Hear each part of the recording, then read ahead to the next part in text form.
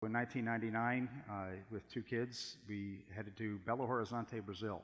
Has anybody heard of Belo Horizonte, Brazil? Okay, has anyone heard of Finland, the nation of Finland? Okay, Finland has 5.5 million people, just like Belo Horizonte.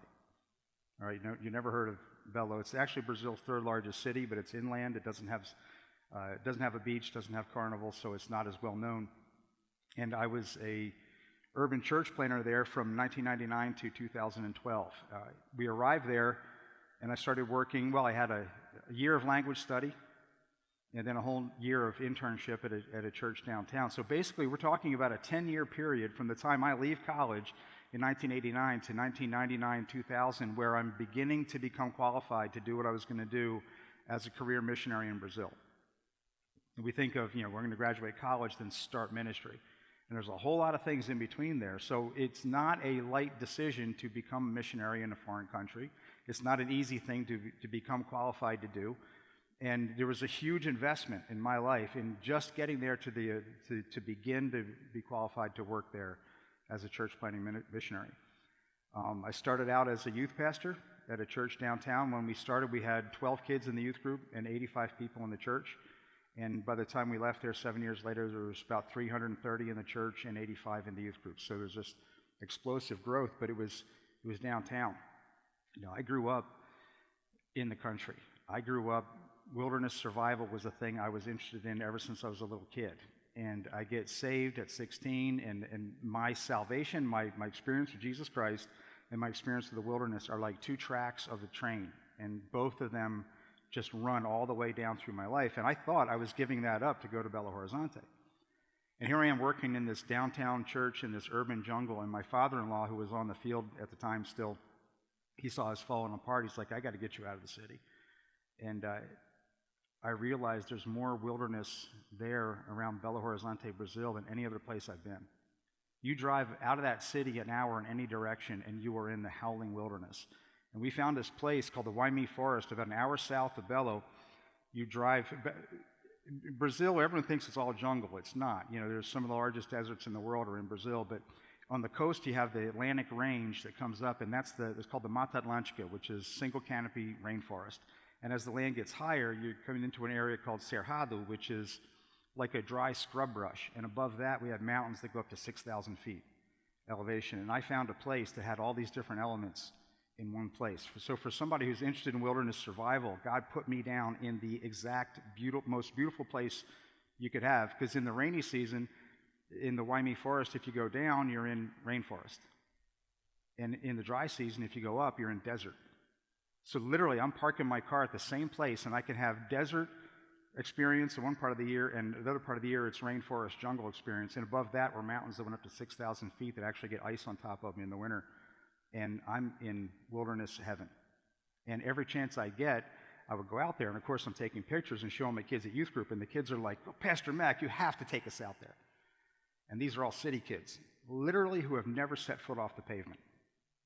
And they've got this incredible resource right next to them, and I'm like, all right, I'll take you out. So I got a bunch of gear together, and I'm going to go on this camping trip with a bunch of our youth group kids, and I took them out there, and it was an unmitigated disaster.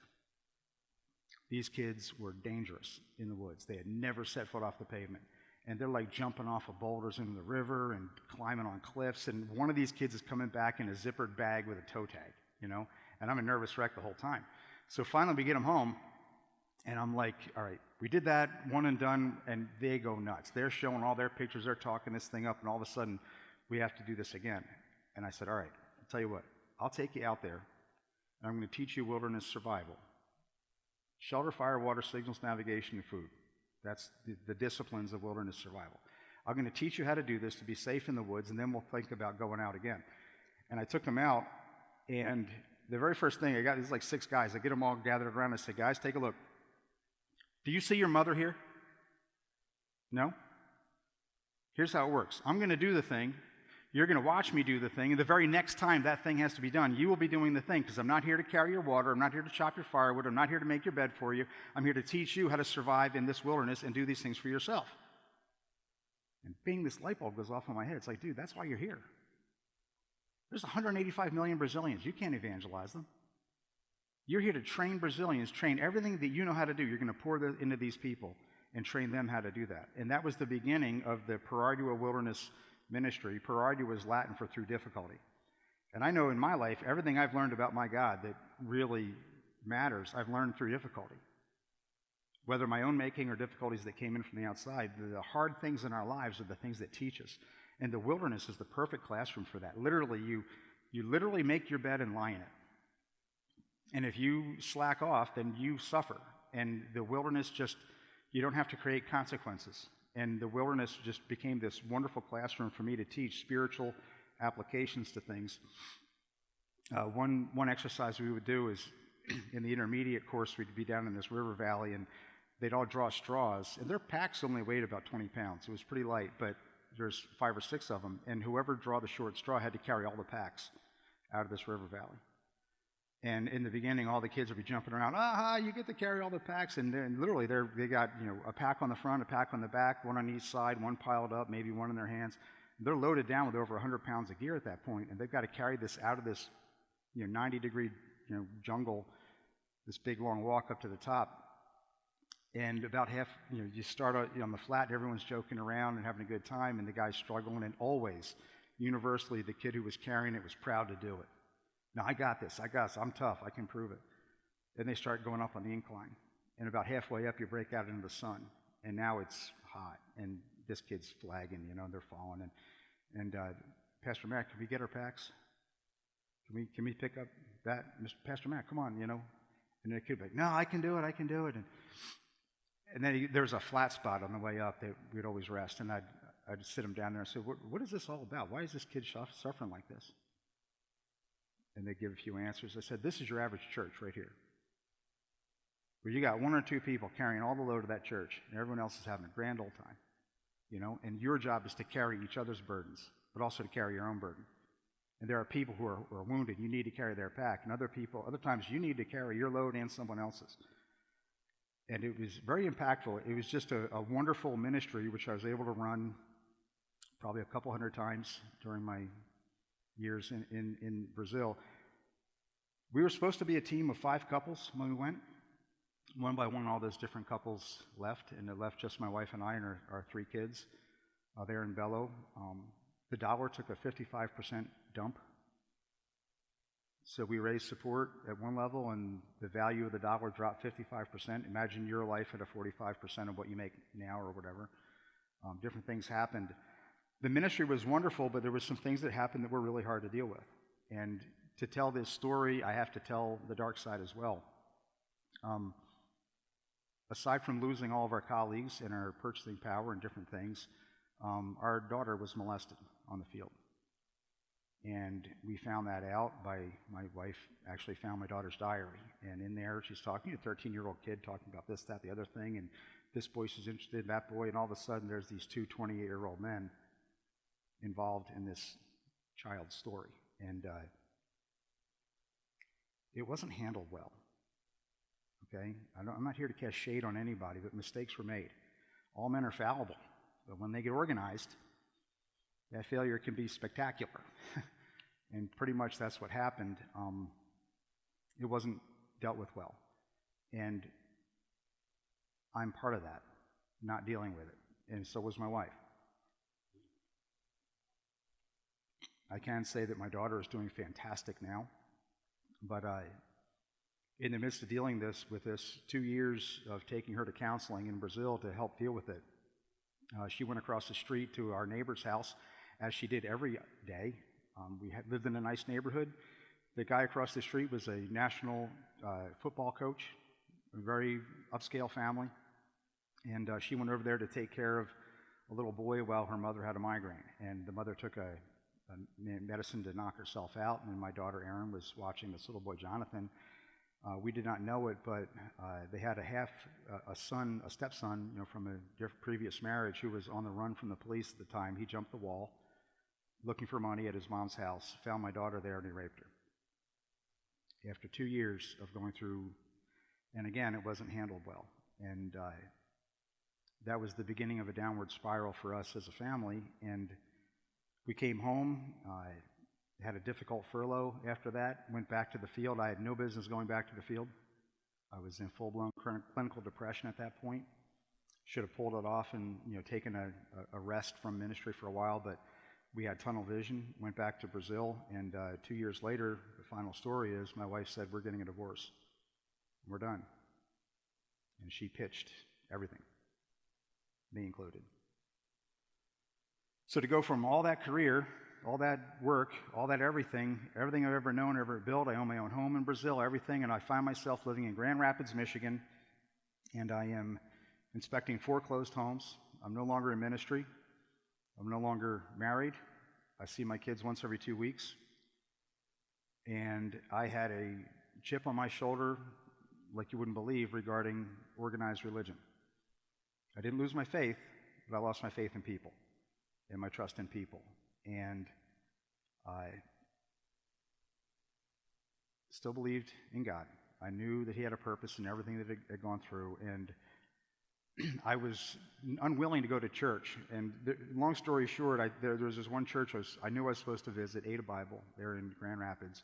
I'd read a book by their pastor, and I said, okay, when I get to Grand Rapids, I'm going to go to this church. And I put it off and put it off and put it off. So finally, it's like the Holy Spirit just got on me like you wouldn't believe, and I go to this church, and the pastor says, well, we're starting a new 6-series messages called Rebuilding a Life. I'm like, all right, Lord. I'll go to the 6 messages, and then I'm done with churches again. And by the end of that, I was involved in a small group, men with about 15 guys, and they basically walked with me through some really, really dark times and got me reestablished and restored my faith in humanity. And so then I'm working at this job inspecting foreclosures, and the company folded. The company lost the contract for Michigan and 17 other states and just closed its doors. So all of a sudden, I'm out of a job. And at this point, it's like I can't win for losing, and I'm just really at my wit's end, and I get a Facebook message. You look like a great candidate for our show. Could you apply? Now, what is this? Wilderness Survival TV show. They saw me on YouTube and some different places, and they asked me to apply for this show. And I follow the link, and it goes to this webpage, and it says, we will send you to a wilderness area somewhere in the world. You will be completely cut off from the outside world. There will be no camera crew filming you. You'll survive living off the land as long as you possibly can. We're pitting yourself against 9 other contestants. And the last man standing wins $500,000. I can do that. Yep, no problem. I can do this. And my first impression was, wow, they're doing it for real. This is a real TV show. They're actually doing wilderness survival for real. And at this point, I had run countless guided trips in the jungle. I knew what I was doing, enough to teach it. I taught it professionally in Brazil. We had our own school for a number of years there, teaching this to paying customers. So, yeah, why not? So I applied for this thing, and it ended up 3,500 people applied for season 2 of Alone. And out of that, they took 20 of us to boot camp in New York and put us through our paces. So I get out there to boot camp in New York, and it's kind of intimidating. There was Mike Lowe, who was the Air Force has a survival, escape, resistance, evasion school, and all their pilots and stuff have to take this course. He taught it. So here I'm up against a guy that taught wilderness survival for the Air Force for his entire career. There's Randy Champagne, was an instructor at a major Boulder Outdoor Survival School out west in Utah. There was Dr. Nicole Appelian, who had a master's in marine biology from the Pacific Northwest, had worked with the Sand Bushmen in Namibia or someplace, and actually lived with the Bushmen and hunted poachers and things. And okay. Jose Amoedo had been the bodyguard to the King of Spain, Spanish Foreign Legion Special Forces, lives in the Yukon, and has been adopted by an Indian tribe. And there's me. I'm like, hi, I taught Bible to kids in Brazil. To me, I just seemed like a total outlier. I was like, who is this guy? Pastor dude. And so we started the field portion of the evaluation, where they take you out to the woods and they put you through your paces. Turns out I was the only one that got everything in the time they allotted. And the first thing they had us do was to go off in the woods. They gave us a piece of string, a paracord about that long, and in your knife, they said, okay, make a fire. Friction fire, from nothing in a woods that you've never seen before. And I was the only one that actually got that done. So all of a sudden, I'm the guy to watch at this thing. Long story short, a week later, they offered me a position on the show as one of 10 contestants on Alone. Has everybody heard of the show? Okay, I think they just shot season 10 this fall. It's a going concern. People call it the Olympics of wilderness survival, where the idea of the show is you go out there and you are completely alone and you have a very limited set of gear and you survive living off the land as long as you possibly can. There is no outside help, and believe me, there's no back rubs and barbecue when the cameras are off. Okay, they won't even answer questions about your area. If you ask them anything, they won't even answer questions. Once you drop, you're done. It's a federal crime to tamper with a televised competition with a cash prize. It's actually a felony to fake that. And people say, oh, the show's fake. No, you go to jail for faking such a show. Anyway, I am now one of these contestants, and we go to Vancouver Island, and I've got a week-long orientation where they're teaching us about the camera gear and how they want us to film things and the safety equipment and the communications gear and the medical gear and all that stuff. And it's time to go. Well, I couldn't take my Bible, no books, no pens, no paper. They said, we don't want video of you guys watching, reading books or writing in your journals. If you have something to write down, just say it to the camera. That's how they wanted us to do things. So I got up that morning, we were going to drop off in the bush, and I say I got up, I didn't wake up, because I didn't sleep the whole night before. I'm just laying there, what's this going to be like? And we were on Vancouver Island, the north end of Vancouver Island. They call it the Rain Coast. It gets 12 feet of rain a year. The highest concentration of cougars and black bears on the planet. I don't get to take a gun. We had a bear spray, that was it for defense. And that morning I wake up and I opened up my Bible. It was this actual Bible, and I riffed through it and I just kind of set it open on my bed. And I don't believe in Bible roulette, but it was open to Isaiah chapter 40. And in my Bible, NIV here, it says, comfort for God's people, right at the top, right here, I thought I could use some of that. So I start reading, and I'm reading through the entire chapter, which is great. And you guys remember how Isaiah chapter 40 ends? Just off the top of your head? I didn't either. Okay, and I've memorized these verses long ago. It comes down to verse 29. He gives strength to the weary and increases the power of the weak. Even youths grow tired and weary, and young men stumble and fall, but those who hope in the Lord will renew their strength. They will soar on wings like eagles. They will run and not grow weary. They will walk and not be faint. And I wept. I said, that's it, Lord? That's what you're going to show me right before I do this? This is not my first rodeo starving in the wilderness. I've done this many times, and I know how much it hurts and how bad it gets. And this is an open-ended competition. You have no idea how long you're going to be out there. And I got my rain jacket out, my Gore-Tex rain jacket. I turned the hood inside out, and I got a pen, and I wrote those verses out in pen on the inside of that jacket. And I wanted that right here, covering my heart and my mind. Now, what is wilderness survival all about? That morning, they drive me 45 minutes up the coast, and they kick me out of the boat on this rocky coastline. They say, your camera gear's up there in the woods, go for it, we'll see you next week. They come out once every week to 10 days to check on us to make sure we're still alive and sane. So, shelter, fire, and water is what you need to be stable. If I have shelter, fire, and water, okay, if I have a dry place to sleep, a roof over my head, a fire in front of me with a pot of boiling water, that's called camping, right? And that's where you want to get. All wilderness survival is to get you to that point. Shelter, fire, and water allows you to maintain body heat and hydration and get rest. Signals and navigation get you out of the woods. If I can signal for help and attract that helicopter or boat or rescue party to come get me, I'm able to leave. And barring that, navigation allows me to pick my own course and get out of the woods. And of course, the food. Now, on Alone, signals and navigation, I've got a satellite phone. I can call them anytime and tell them, hey, I'm tapping out, I want to get out of here. But I wasn't going to do that. And navigation, of course, I knew how I could walk myself out of there, but again, the idea is to stay, so that leaves food. And you've got about 3 weeks, your body will last about 3 weeks in total starvation. That's not hunger strike, that's working a 12-hour day trying to get fed or maintain yourself in the woods. You've got about 3 weeks of that before your body will starve down and you lose your physical strength. And I was facing that barrier. And for the first 2 weeks, I didn't eat anything. I caught my first fish like 2 weeks in. And I remember day 6, especially, I was sitting down, I was praying, I said, Lord, you've taken everything away from me of my former life. It's all gone. I'm no longer a pastor, no longer a missionary, no longer married. I'm barely a father. See my kids once every 2 weeks. I had spent all my money for gear on the show. 2 days before I left for Vancouver Island, I was taking my guns to a friend's house for safekeeping, got rear-ended, and my Jeep got totaled. I left, my daughter moved into my apartment, so I didn't even have a place to come back to. And I said, Lord, everything's gone. You've taken everything away. In fact, the only thing I have left to lose is my life or my health, and you've placed me in the highest concentration of cougars and black bears on the planet, all by myself, with no food and no weapons. Obviously, you're doing something here. It's obvious that you are doing something. And I expected to go out of there on a backboard. At some point, I'm going to get hurt really bad, and they're going to take me out of this thing. And the Lord starved me down. Now, in full starvation, you lose about a pound a day.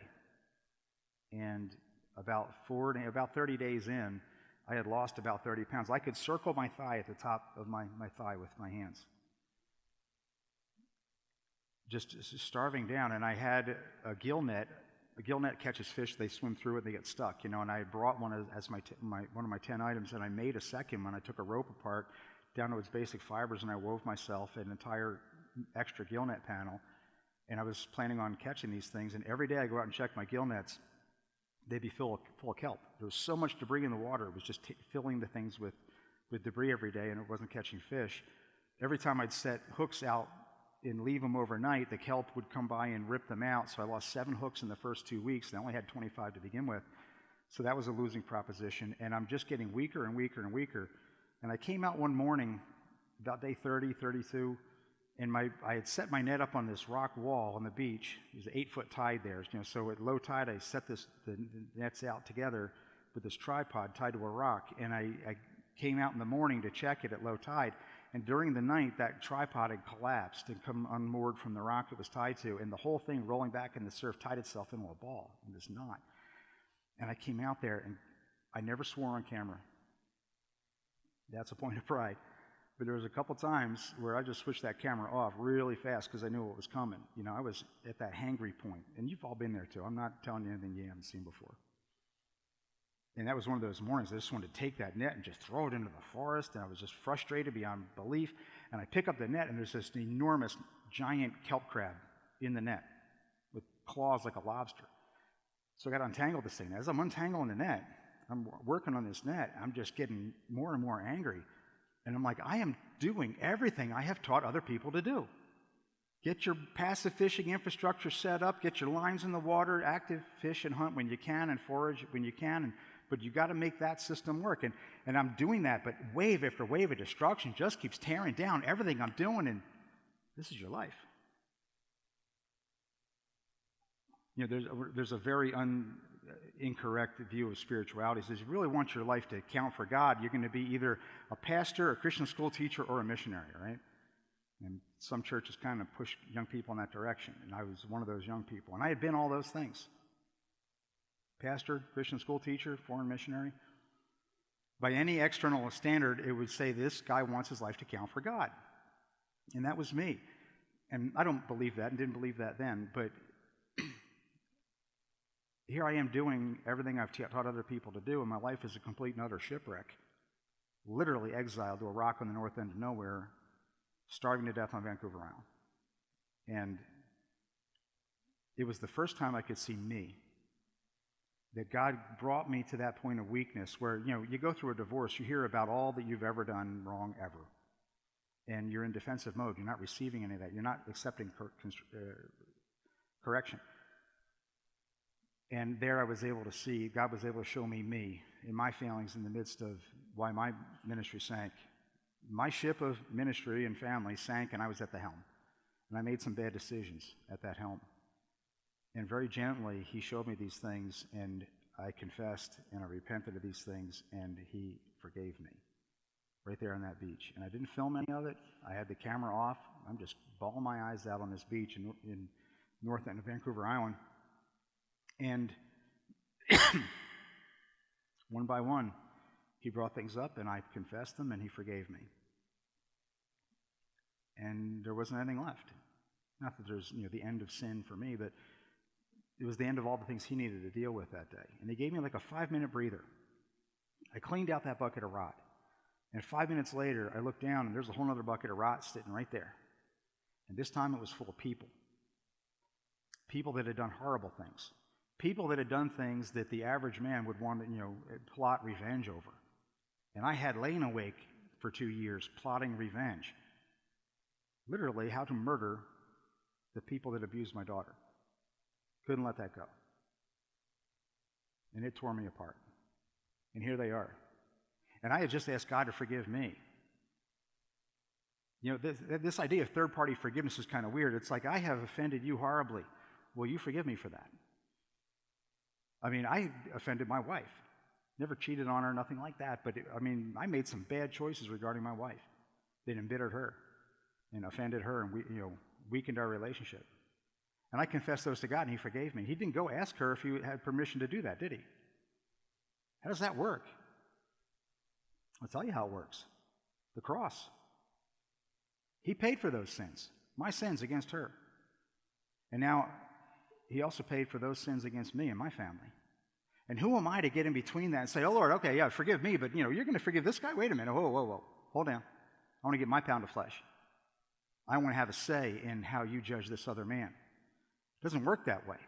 I had to be free of that, and I had to confess my murderous hatred for these people, which is in a human sense understandable, but in a spiritual sense it's unforgivable. You have to forgive them. You have to let them go. And I did. One by one, I had to feel all that rage, all that pain, and forgive these people. And after a while, there wasn't any more people in that bucket. And I was light as a feather. So I take that crab back to my shelter, and I'm eating this crab. I said, Lord, when I get out of here, I'm going to an all-you-can-eat crab place. These are amazing. Think about it. They're a miracle. They eat dead stuff on the bottom of the ocean and taste like crabs. All right? Can we give God a hand here? That's amazing, right? So I'm eating this crab, and I'm saying, Lord, I'm going to go to an all-you-can-eat crab place. And a couple days later, I'm out there fishing. It's in the evening, and the kelp is kind of like half floating. And I look, and I see this thing in the kelp. It's a northern kelp crab on his back. And I go over and drop a limpet on him, and sure enough, I catch him. I caught 5 others. I had 6 crabs, all-you-can-eat crab feast right there on Vancouver Island. God's like, I don't need to send you home for that. You're surrounded by millions of these things. And he taught me how to catch crabs. He basically turned the food back on. And until season 7, I was the first person to win alone while gaining weight. All right, so I was able to eat enough out there on Vancouver Island to actually start regaining the weight I had lost. But how does it work? You take the best of your discoveries and apply the best of your ideas. And you get to a point where you're not discovering anything new and you're not coming up with any new ideas, and you're pretty much there just surviving, and hopefully you can repeat that experience again. I remember it came out to day 64. I've been here over 2 months, just surviving out there. On day 64, I caught this one little fish. And I checked all my crab places, all the different things I had to where I caught fish before. Nothing. And I'm coming back. I had this place I called the Fight Chair. There was a place on my northwest coast where it was all rocks there and cliffs. And as the tide came in, I would get trapped there if I didn't get out. So at the Fight Chair, I could see that last barrier where the water was coming in. I could get around that trail and get out of there and not be trapped in that coastline. And it was a pretty good place to fish, but I'd already fished there during the day, and now the tide's coming back, and I'm really tired, and my shoulder is killing me. It's sleeting. My camera's fogged up. I don't want to be there anymore. I'm not learning anything new. I'm in this very grumbly frame of mind. And I'm sitting there on the top of the rocks, and there's like a slope that goes down and there's water down below, and I just kind of threw my line in the water, and I'm just sitting there saying, Lord, I'm not learning anything new here. I'm going to leave this thing. I'm going to get hurt. I'm in pain constantly. I'm starving to death. And someone else obviously is out here doing this as well, because we're still here. And I'm not learning anything new. I'm just really in this really pity me mindset. And you can chalk this up to low blood sugar if you have to, if your faith isn't big enough to hear what I'm about to say. But I'm sitting there grumbling in my head, my voice in my head, not my idea. Go down, stand on that rock, and cast it into the bull kelp.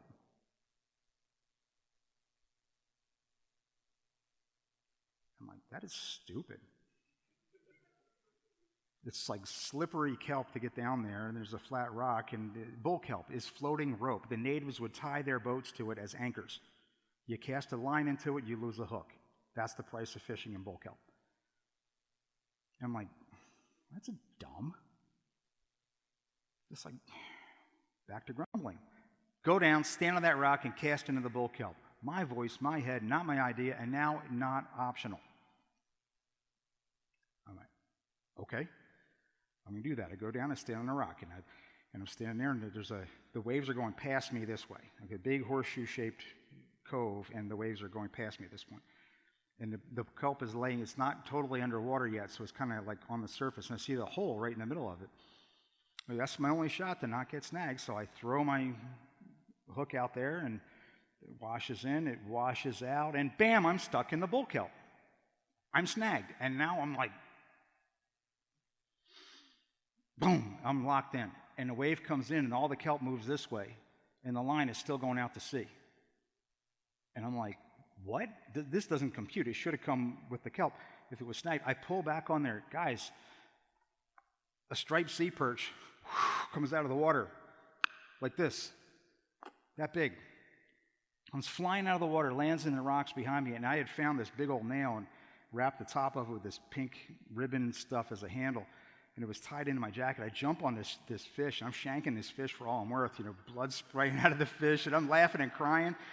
And boom, I'm killing the fish, because if he falls in that water, he's gone. If he comes off, he's gone. He's got to die right now, and then I can climb up to where it's safe to handle and process. And I get up there, I set the camera up, I said, people, this is the grace of God. This is God taking care of me. If he takes his hand off of me, I will fail. Okay? And it wasn't God saying, well, you've been such a good boy, David, I'm going to give you a fish. He's like, dude, I do this for you every day. You just don't realize it. I care for you every day. I provide everything you've ever needed every day. Eat this fish. And I go home, and no kidding, I fillet it out, and there was half a 2-quart pot, half of it was just fish from that one fish. Biggest meal I had while I was out there. Well, day 65, I caught another couple fish and crabs. Had a great day. I wake up that night, and there's moonlight on my tarp. The first time I'd seen that. Vancouver Island is pitch black. It is always overcast, always raining, and you're in this forest, which is impossibly thick. And I see moonlight, and I get up, had to go to the bathroom, and all I was thinking was, it is really cold, I want to get back in my sleeping bag before it cools off. That's all that's going through my mind out there after scanning for mountain lions with the headlamp, And did what I had to do. I turned to go back in. If you knew this was your last night in the bush, you go out to the beach and have a look. Again, my voice, my head, not my idea. And I'm stopping, I think, where'd that come from? Yeah, I guess I would, but I'm really cold, I'm going to bed. If you knew this was your last night in the bush, you go out to the beach and have a look. Just like with the fish the day before, I'm like, all right, Lord. Turn on my headlamp, I'm going to go out to the beach, have a look. Quatsino Sound was a sheet of glass. Totally calm, not a breath of air moving. Not a cloud in the sky. Stars, full moon. Beautiful, but totally calm. And I went back to bed. And the next day was day 66, and you guys get to see that. And so go ahead and show the video. He gives strength to the weary and increases the power of the weak. I qualified for that. He came through on his promise, and he will do that for you too. I don't know. I could never have written this into my own script. I don't know what you guys are going to do when you go on here, but I tell you what, follow the Lord. Let him write your story. And it's amazing. After this, I got to go over all around the country, probably 8-10 different states, basically telling this story in men's meetings and retreats and banquets and all that kind of stuff. In 2018, I did the banquet for Set Free Ministries, a fundraiser, raised $500,000 for them that night. And 2 years ago, they asked me to come back and be their director for international ministry. So now I have 3,600 students in Africa. I've got 10 prison ministries in India with about 1,000 volunteers, and I get to train the people that train those people. And God, everything that was taken away from me, he gave me back, and gave me back in ways where everything that I have used in the past, he is using now, that I've trained and prepared for, I get to do now. And he is absolutely faithful, and he's a wild ride, like Aslan. He's a lion. Is he safe? Of course he's not safe. He's a lion, right? But he is good. And that's our God. And that's my story, and I'm sticking to it.